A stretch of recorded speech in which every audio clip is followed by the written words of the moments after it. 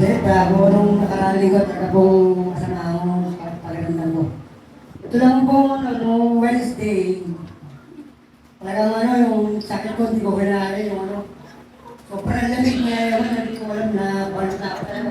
May gas, pantalon, doble jacket, doble t-shirt, ako mo. Yung nangangatok na ako sa lamig, hindi ko alam kung bakit. Hanggang sa paano na ako sa sahur, pasuog, yung may tubig, tapos natin. Sabi ko, pag di pa tulong ako, talagang tatakbo na ako ng hospital. Hindi ko na sinasabi sa inyo, talagang hindi ko na kaya yung ibalik. Pero habang nakakulog ako ng bumon, basta ako, sabi ko kay Lord, na pag hindi ko kinaya to, ikaw na ang bahala sa akin kung saan ako pumunta. So, after nun, siguro mga isang oras ako mga ganun, mainit. Lumabas yata ang pangis ko, so, tapos medyo gumanda na yung pakiramdam ko, sabi ko, thank you Lord, talagang hindi mo ako pinababayaan kasi talagang, kung sa iba bang siguro yun, baka hindi na kaya ng katawan ng ibang tao yun, di ba? Siyempre, malakas yung kaya kinaya ko pa rin. Thank you pa rin kay Lord na hindi ako nakakarating ng hospital ng araw na yun. Salamat sa kanya talaga, hindi niya ako pinababayaan. Ramdam ko araw-araw na kasama ko siya. At sabi ko mapalad ang tao, pag ang tiwala ay siya at ang pag-asa ay siya. Amen po.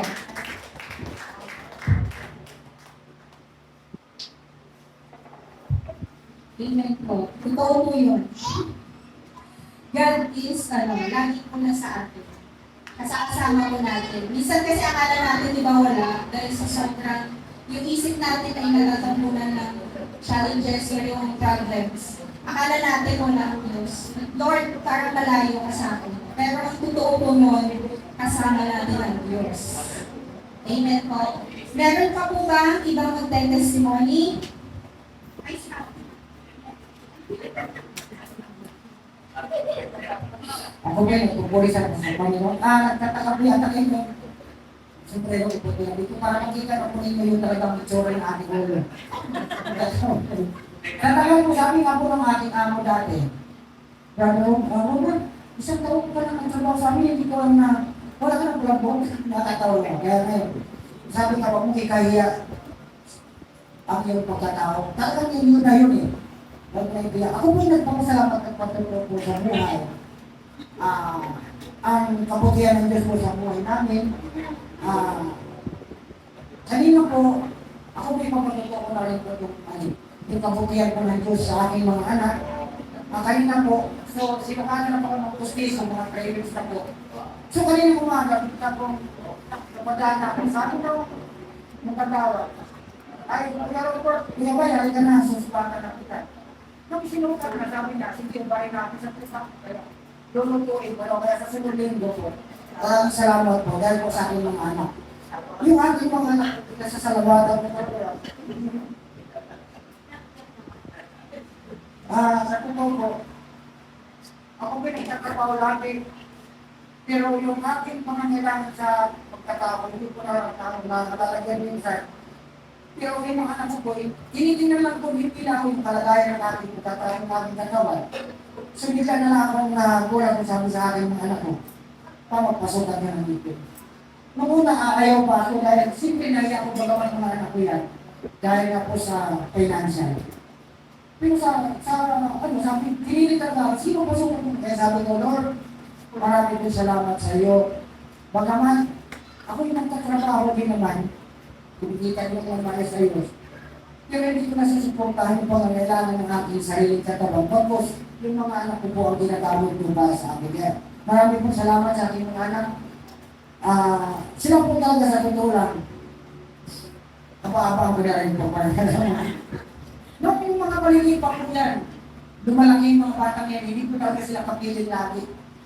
Dahil aalis mo ako ng linggo mga lumis ng kaswat ng nagaling araw, uwi pa ako ng Sabado ng gabi. So pagkaling ko na kami nagsama-sama. Kasi ang trabaho ko malalayo, hanggang napunta ko ng Palawan. Yan Bulacan, ikot ko po yan. Hanggang sa napunta ako salutan nila papa-ali ng atilin. Nung mali ko sila, parang hindi ko sila masyadong makapili. Lagi akong malalayo ng trabaho dahil na po sa pangangailangan dito namin. Kaya kung pinagpapasalamat sa Panginoon, ngayon po, hindi na po ako nalalayo sa kanila, nakikita ko po ang kalangan. Kaya ako po ang pangarap ko po sa buhay sa Panginoon. Sabi ko, Lord, ang tao mawawala, bago po ang mawala, makikita ko po yung mga anak ko na stable na po ang kanilang pamumuhay. Makikita mo na ayos sila lahat, nasa Panginoon. Kaya sabi ko, hindi bali ako mawala sa mundo, mas ang anak ko makikita na maayos ang buhay nila, tapos maglilingkod pa sila sa Panginoon. Kaya ako po yung nagpupuri, nagpapasalamat din po sa Panginoon. Katulad po ngayon, kagabi, nag-uusap po kami, hindi kasama si Brother Totoy, dahil pagod na rin. Pagkandaan ko po sa gawa sa Palmira, tinatawag po ako ng aming amo, ng ating dito. So meron po po siya ulit sa Loris. Ang trabaho namin ngayon, yan sa Blooming, pinakamalaan ko ng aking kaibigan si Totoy. Tapos sa Palas, sa Loris at Tibulo, sa Palmira. Tapos pagkatapos po, mayroon pa po kami gagawin sa Kaita. Kaya po nakikita po ang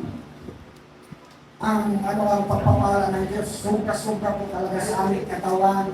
So, ang Diyos po kasi pag nagbigay, sabi nga, siksik-liglig talaga umakaw. Kaya, maalala ko nga po yung kwento ni Brother Tume yung araw. Sabi niya, kasi matagal ko kasama talaga sabi sa akin. Grabe Robert, nung araw sa totoo lang, ang binibigay ko sa misis ko para lang kami mabuhay, 50 pesos isang araw. Nagtatricycle pa sa araw, 50 pesos lang po na mabibigay niya sa asawa niya. Sa isip-isip ko magkasya kaya yun. Pero si Reyna ng mga asawa, talagang nagtitiis. Pero nung napunta na si Totoy sa Panginoon, ngayon alam ko ba magkakilala ang isang linggo niyan. So ang isang linggo niya nasa kulang-kulang 6,000 na samantalang nung araw, ang kinikita ng 50 pesos pa para nabigay sa asawa para mabuhay sila. Gaano kanakira ang Diyos sa buhay ng ating kapatid o sa aming buhay din, na hindi po tayo lang pababayaan ng Diyos. Kaya sabi, ang Diyos ang may alam ng langit at ang lupa at lahat ng bagay ay sa Kanya nagkakaluso. Bago nilalang ng Diyos ang tao, ang lahat ng pangangailangan ng tao ay nandiyan na. Kaya, papalat tayong nasa Panginoon dahil hindi po tayo papabayaan. Katulad ko po, katulad ng aking kapatid na si Brother Totoy, mas ano na po yung, hindi ko po sabihin, parang ano na po yung, hindi na katulad ng araw na nag-iisip ka, kung saan tayo po ay kabubuhay. Pero manalig ka lang sa Diyos, ang lahat ng bagay ay magmula sa Diyos. Kaya tayo po ay sa Diyos lamang po magpasalamat at malahat na. Kaya maraming salamat sa mga. Amen po. And yes po, God will always meet us at the point of our needs. Hindi niya tayo pababayaan. Kaya do not worry about anything, sabi. Diba? All we do is to seek God first, is to seek His kingdom and His righteousness. At ako ng mga pangangailangan na yan ay bonus na lang yan. Amen. Yung pinaka-reward talaga natin ay ang Panginoon Jesus. Kasi siya yung kasagutan siya natin. Amen po. Meron pa po na mag-testify. Hindi na mawawala. Sa una-una, salamat sa ating Panginoon Diyos na buhay. Pinupuri siya at marapagpasalamatan sa lahat ng bagay ng buhay. Pasalamat ako sa Diyos na bagamat ang aking sambayan ay hiwa-hiwalay. Yung dalawa ko nasa Mono, si Jonas ay nasa Malayo. Masayang umaga dahil nakarating ng taong linggo. Lagi kong sinasabi kay Jonas na ang Diyos ay huwag iwan sa lahat. Hanggang sa mabantaan ko, nasa victory siya. Tubig na nagdaan, tumawag siya at sinabi niyang manager na siya. Kaya alam ko na ang Diyos ang nag-promote sa kanya dahil tuwing sahod niya, lagi kong sinasabi ang allowance ng mga bata. Kaya siya, pagdating ng sahod na ilong sa mga patanong, nag-stay po kasi siya sa Maynila. Kaya kasi doon, 20 pesos sa pamasahe ngayon sa registration na inupahan niya. Dito kasi 250 kailangan niya ba? Pero yung mga bata, may ugnayan naman sila ni Prince, lalo na si Prince na panganay lagi niyang kausap. Kaya Salamat sa Panginoon at ganon din sa anak kong ginagamit na para iayos ang aming mga ngipin. Nagdalawa pa akong bubunutin kaya siya sukat na. Ako wala pa. Kaya nagpapasalamat ako sa pagpapala niya na ang kanyang buhay ay bagamat siya tayo single, nakatulong pa sa aming mga magulang. Kaya pinupuli ko pinasasalamatan ng Diyos dahil sabi ko nga sa kanya noon, alam mo, araw-araw kami humahanap ni Papa mo sa mga tao, hindi kayo.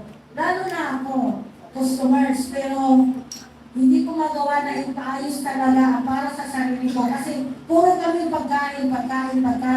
Kaya, salamat sa Diyos dahil ang Diyos ay may pagpapala na hindi mo nakikita. Ngunit siya ang nagbibigay ng laman ng puso sa aming mga anak kung ano ang dapat. Kaya po ng Diyos, nagpasalamat talaga ako, masaya ako dahil si Jonas talaga yun sa Bible, matigas ang bubo. Kaya tuwa ako ipatotoo na tumawag siya, manager na ako, may promotion na ako. Kasi sabi ko, kay Lord, may promotion talaga, unahin mo siya. Kaya pag Sunday, nasa victory siya. Mulihin ang Diyos ang magang ito. Praise God. Meron pa po, wala na, ako naman ang magte-testimony. So, I would like to glorify God for this online ministry. Ano na, 2 years na kahapon.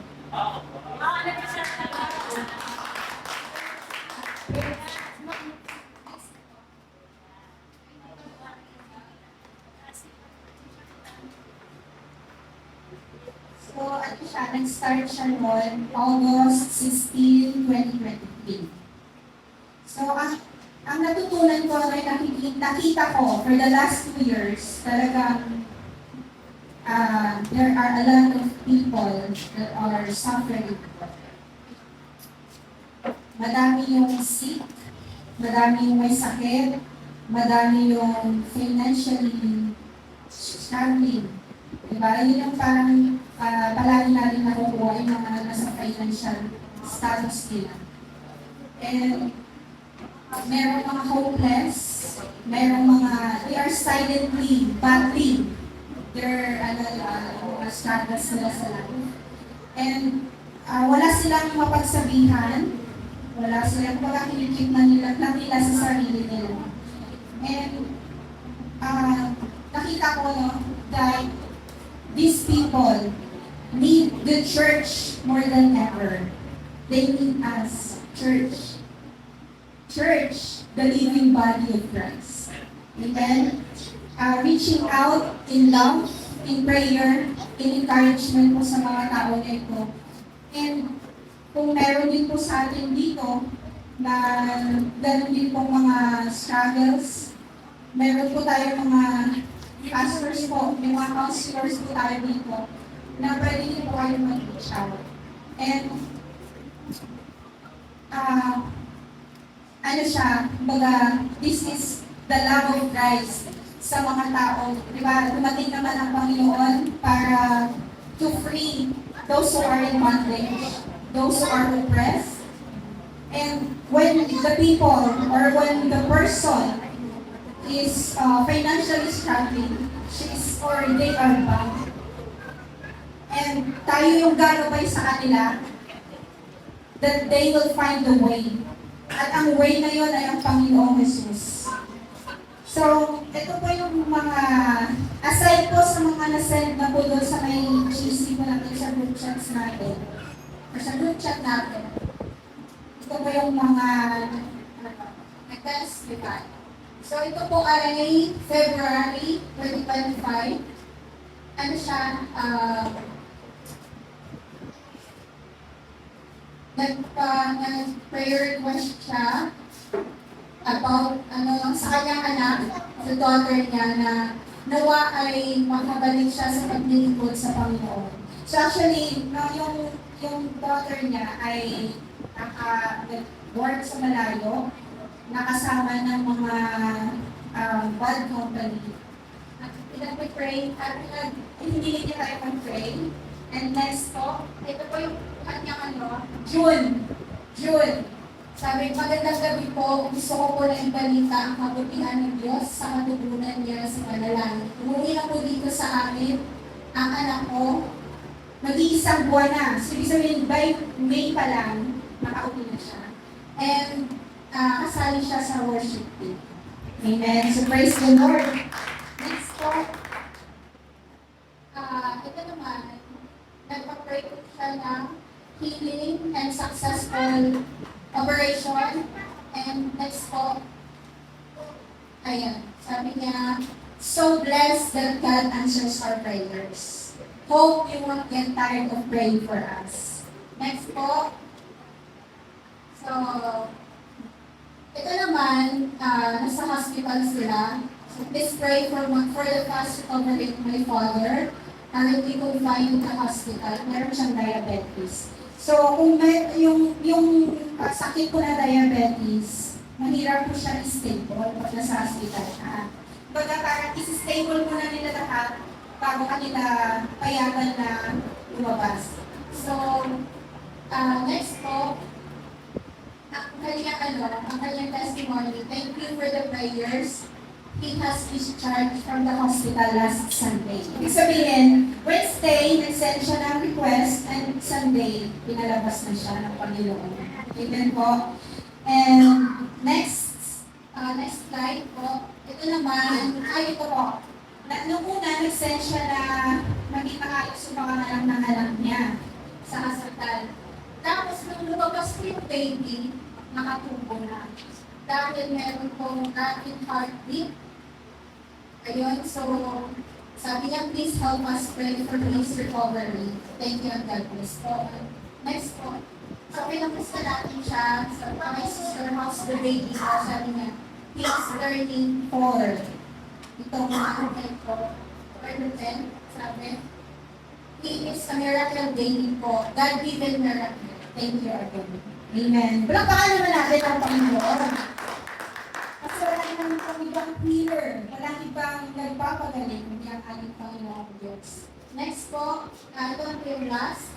So, last year, 2024, nag-send po siya ng request. Sabi na, I'm facing a big problem regarding my audit findings in our company. The company is charging me a huge amount. And I don't know how we can settle it, or else they will file a legal case. I hope and pray the company change their mind.